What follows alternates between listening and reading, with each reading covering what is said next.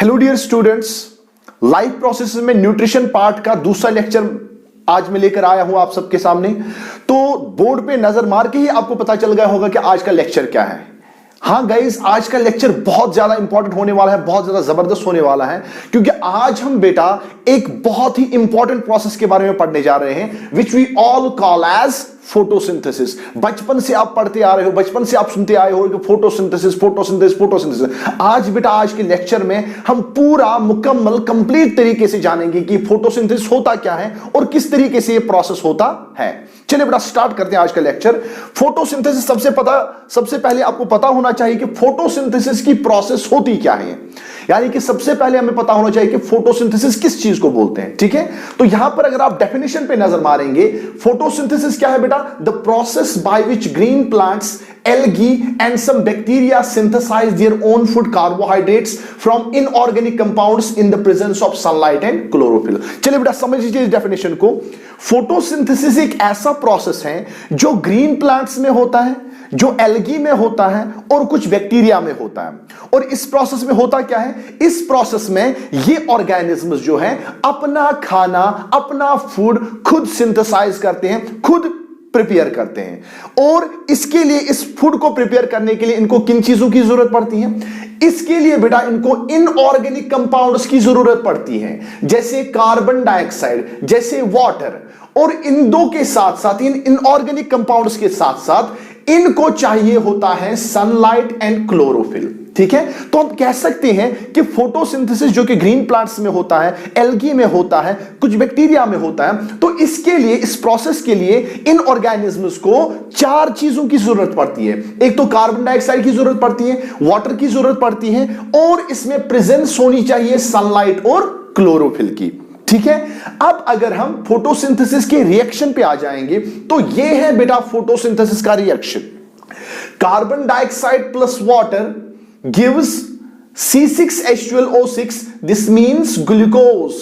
और glucose is a type of carbohydrate, क्योंकि यहां डेफिनेशन में हमने मेंशन किया कि ये ऑर्गेनिजम्स क्या करते हैं, खुद ही अपना फूड जो है प्रिपेयर करते हैं, सिंथेसाइज करते हैं। और वो फूड क्या होता है? कार्बोहाइड्रेट्स होते हैं, and glucose is a type of carbohydrate. Okay, इस ग्लूकोज के अलावा इस रिएक्शन में, इस फोटोसिंथेसिस में क्या बनता है? वाटर बनता है और बनता है ऑक्सीजन। ठीक है, अब इस ऑर्गेनिज्म को, हर एक ऑर्गेनिज्म को खाना चाहिए, हर एक ऑर्गेनिज्म को फूड चाहिए। ठीक है, तो प्लांट्स को भी फूड चाहिए, तो वो फूड ये हासिल करते हैं in the form of glucose.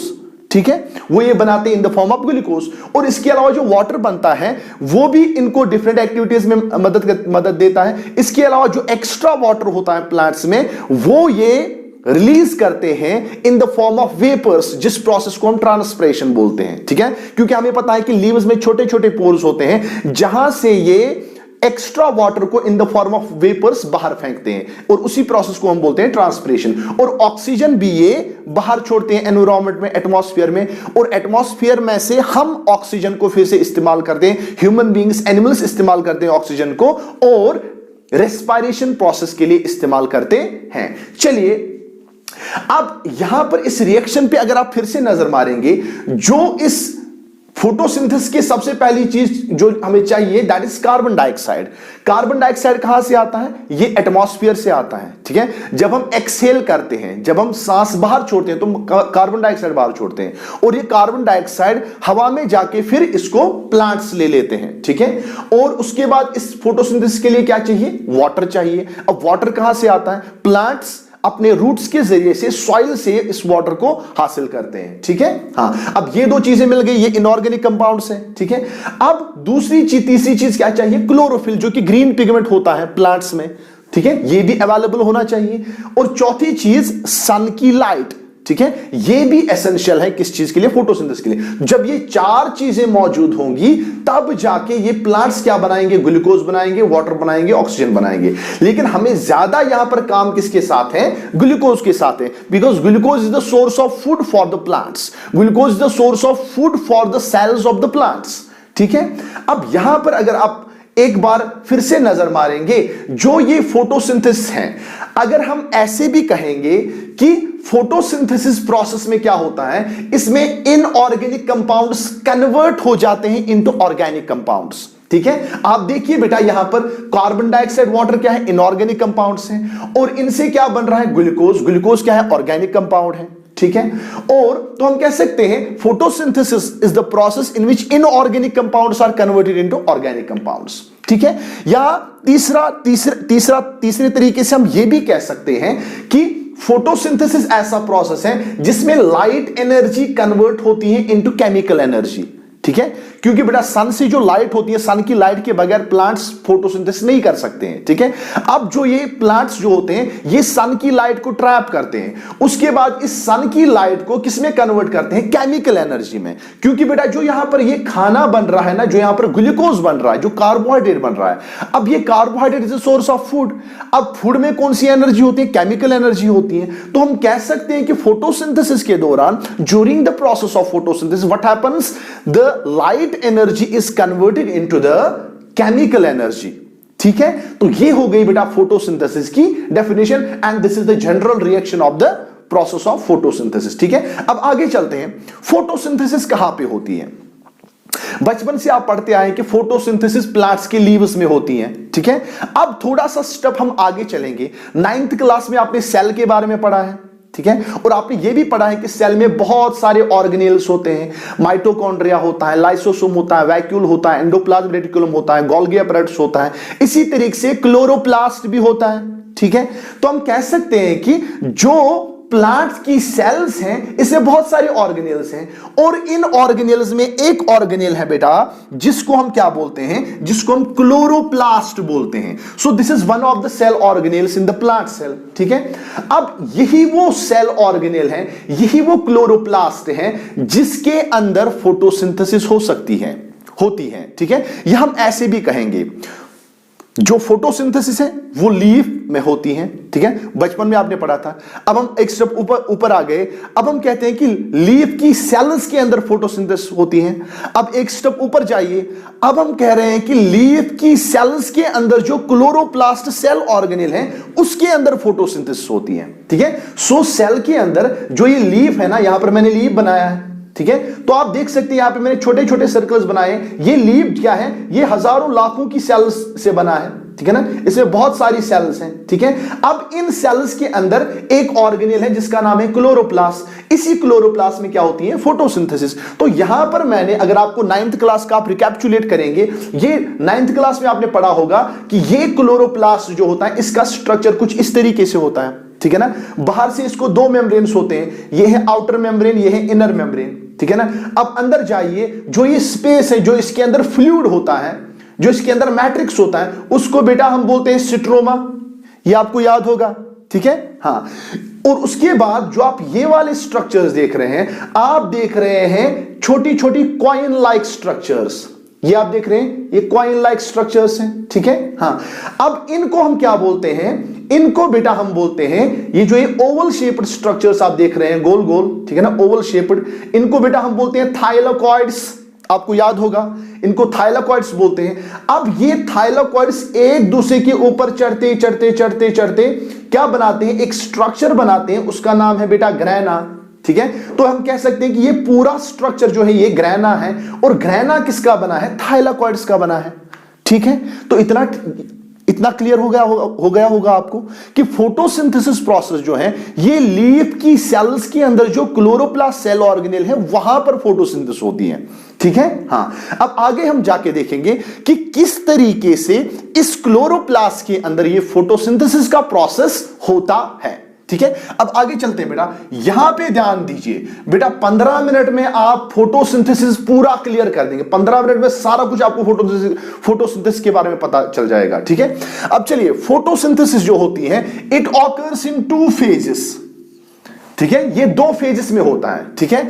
एक को बेटा हम बोलते हैं लाइट फेज, दूसरे को बेटा हम बोलते हैं डार्क फेज, ठीक है। इससे पहले कि मैं लाइट फेज और डार्क फेज पे आऊं, बेटा आपको समझना है ये चीज कि जो ये प्लांट्स अपना खाना खुद बनाते हैं, अपना खाना खुद सिंथेसाइज करते हैं through the process of photosynthesis, ये सिर्फ ना ये अपने लिए बनाते हैं बल्कि बेटा पूरे लिविंग वर्ल्ड के लिए बनाते हैं, ठीक है ना। That's why plants are called as producers, क्योंकि ये फूड प्रोड्यूस करते हैं for the whole living world, ठीक है, क्योंकि अगर हम इंसानों की बात करेंगे, ह्यूमन बीइंग्स की बात करेंगे, वी आर डायरेक्टली और indirectly dependent on the plants for our food.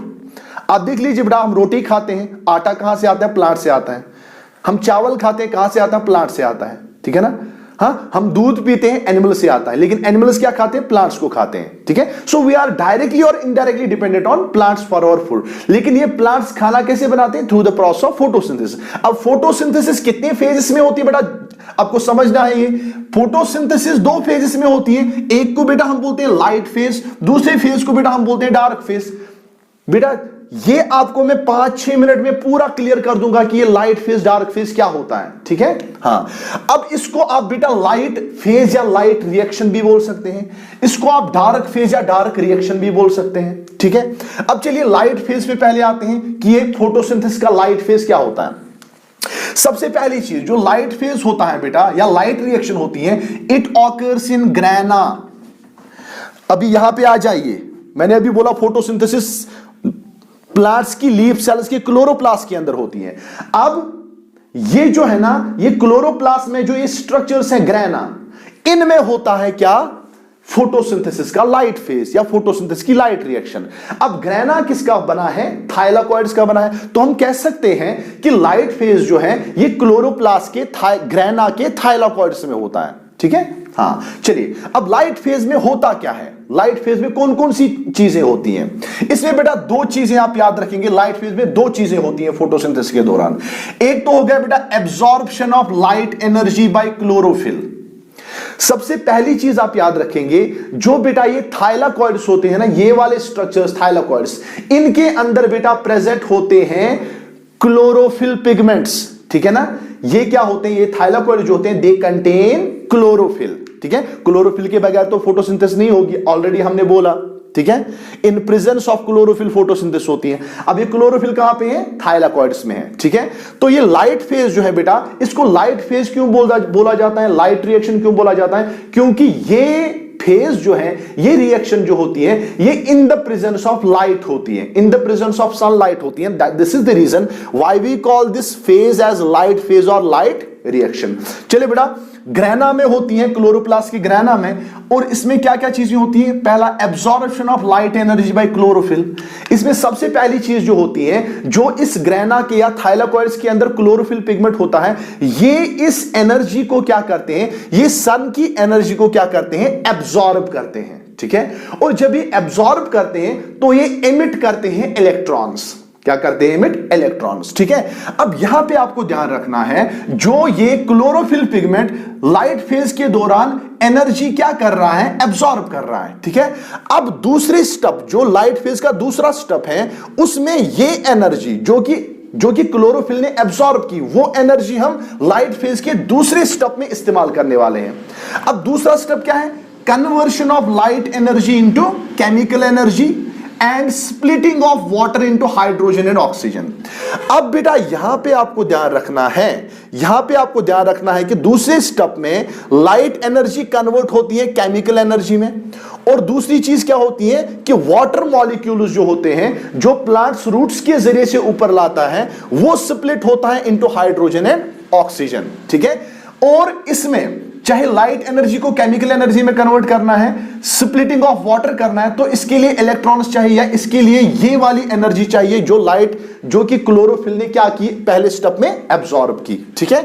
अब जो बेटा दूसरा स्टेप है, इसमें इसको हम 3 सब स्टेप्स में पढ़ते हैं। मैंने पहले बोला आपको कि ये इसमें लाइट एनर्जी कन्वर्ट होती है केमिकल एनर्जी में, और स्प्लिट होता है water into hydrogen and oxygen, ठीक है। तो यहां पे मैंने लिखा है दूसरे स्टेप में, एक तो एटीपी बनेगा, दूसरा फोटोलिसिस ऑफ वाटर होगा, तीसरा सिंथेसिस ऑफ NADPH। याद रखिएगा बेटा, लाइट फेज जो है, इसमें हमें 2 चीजें चाहिए, एक तो ATP, दूसरा NADPH, ठीक है। हाँ, जब लाइट फेज कंप्लीट होता है फोटोसिंथेसिस का, तो 2 चीजें हमें मिलती हैं, ATP adenosine triphosphate, and what is NADPH? It is nicotinamide adenine dinucleotide, ठीक है।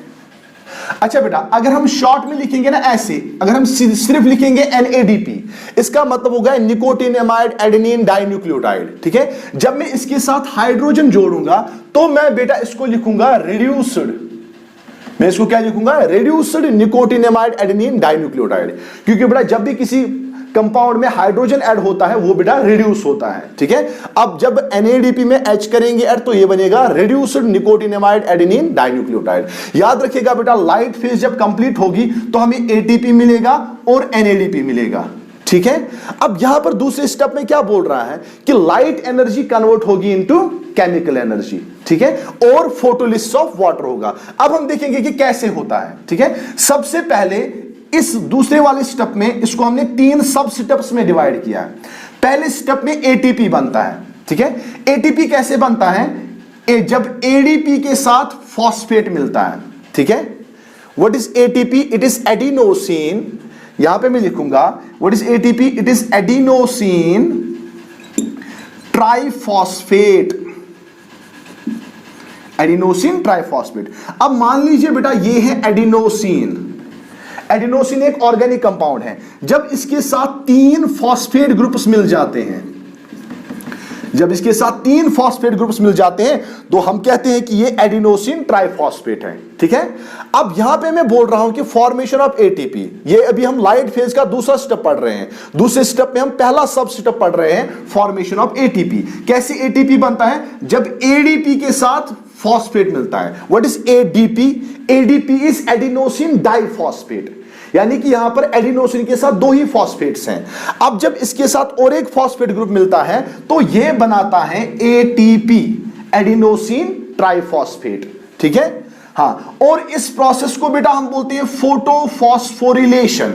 तो फोटोफॉस्फोरिलेशन प्रोसेस क्या है, जिसमें ATP बनता है from ADP and phosphate, PO4 means phosphate. ठीक है, याद रखिएगा बेटा, मैंने अभी आपको बोला लाइट फेज में ATP और NADPH बनता है।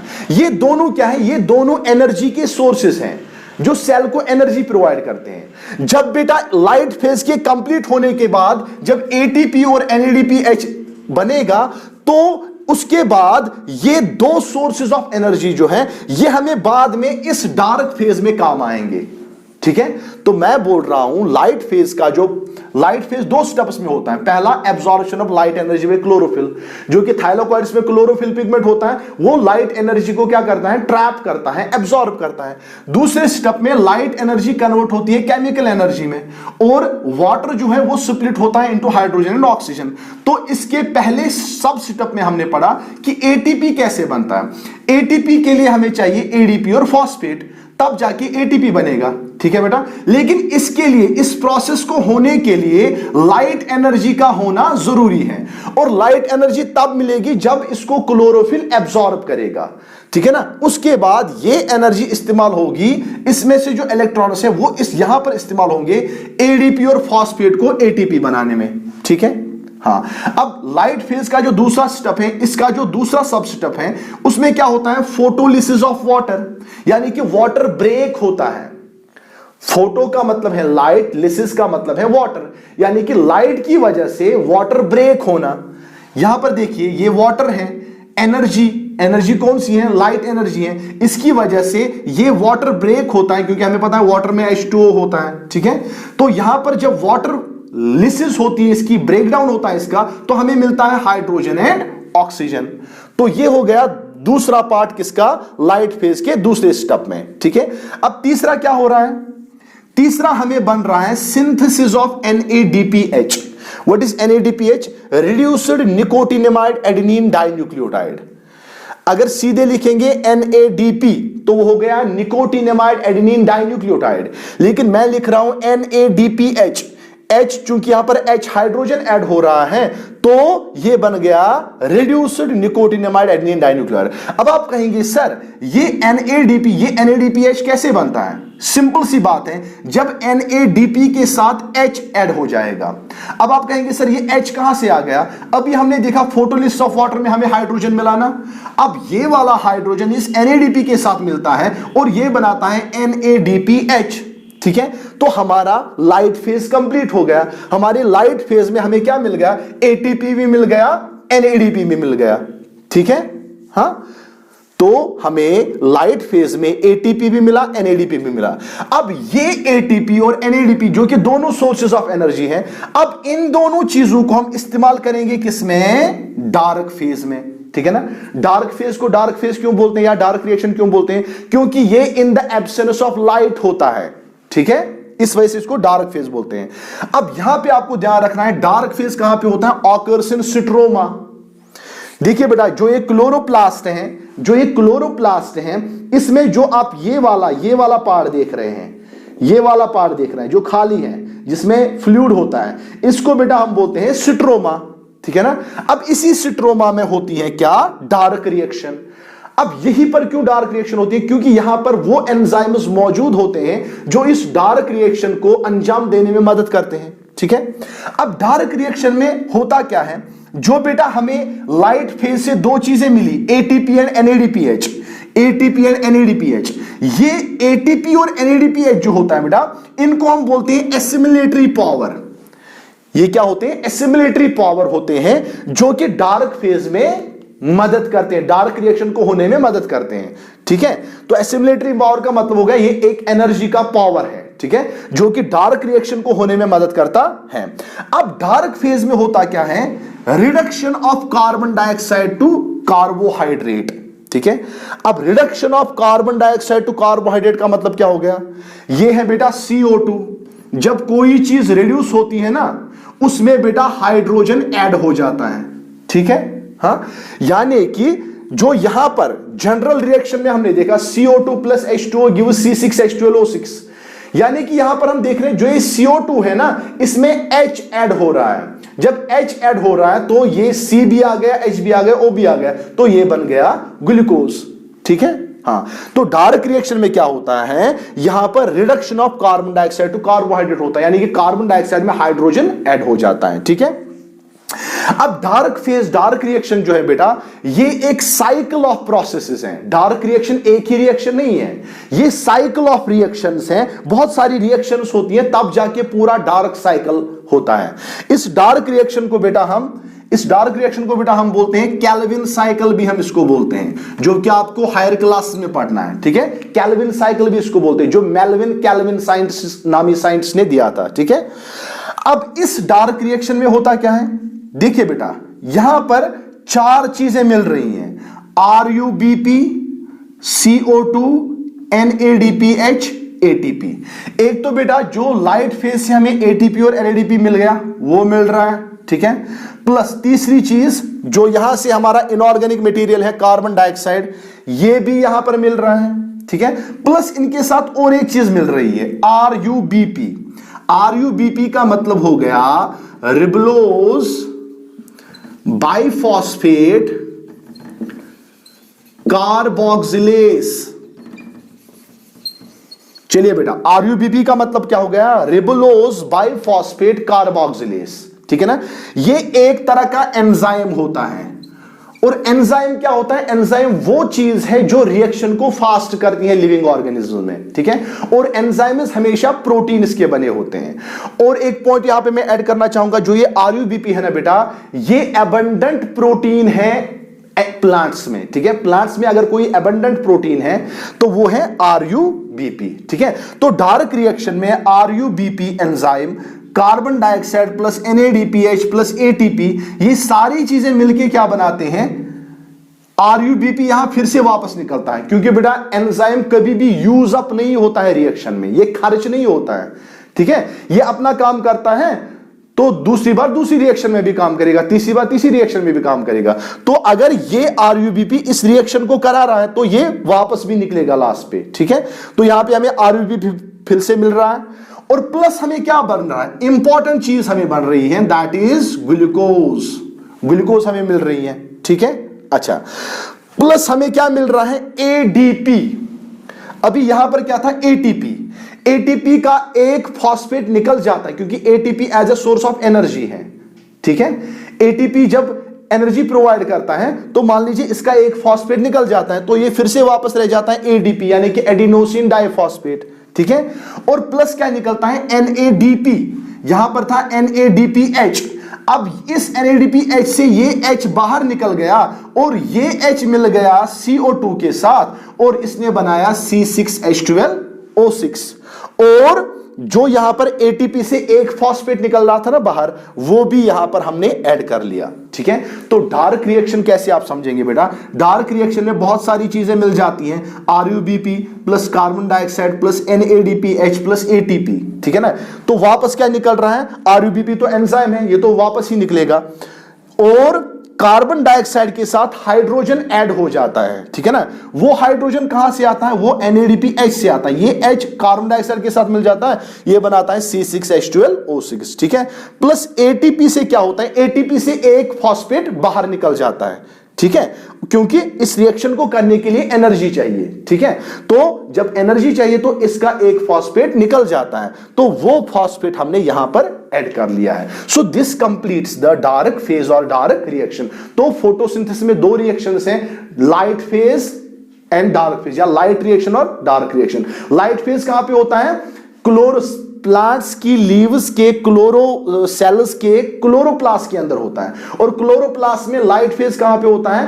ग्रेना में या थाइलाकॉइड्स में। और डार्क रिएक्शन कहां पे होती है? स्ट्रोमा में। ठीक है, तो इतना सारा मुझे लगता है आपको कि फोटोसिंथेसिस का कॉन्सेप्ट सब बच्चों को समझ आ गया होगा। अगर किसी बच्चे को समझ नहीं आया तो बेटा मुझे कमेंट सेक्शन में लिख सकता है, या कोई कंफ्यूजन है किसी जगह पे वो मुझे कमेंट सेक्शन में लिख सकता है, मैं उसका जवाब दूंगा। Thank you very much.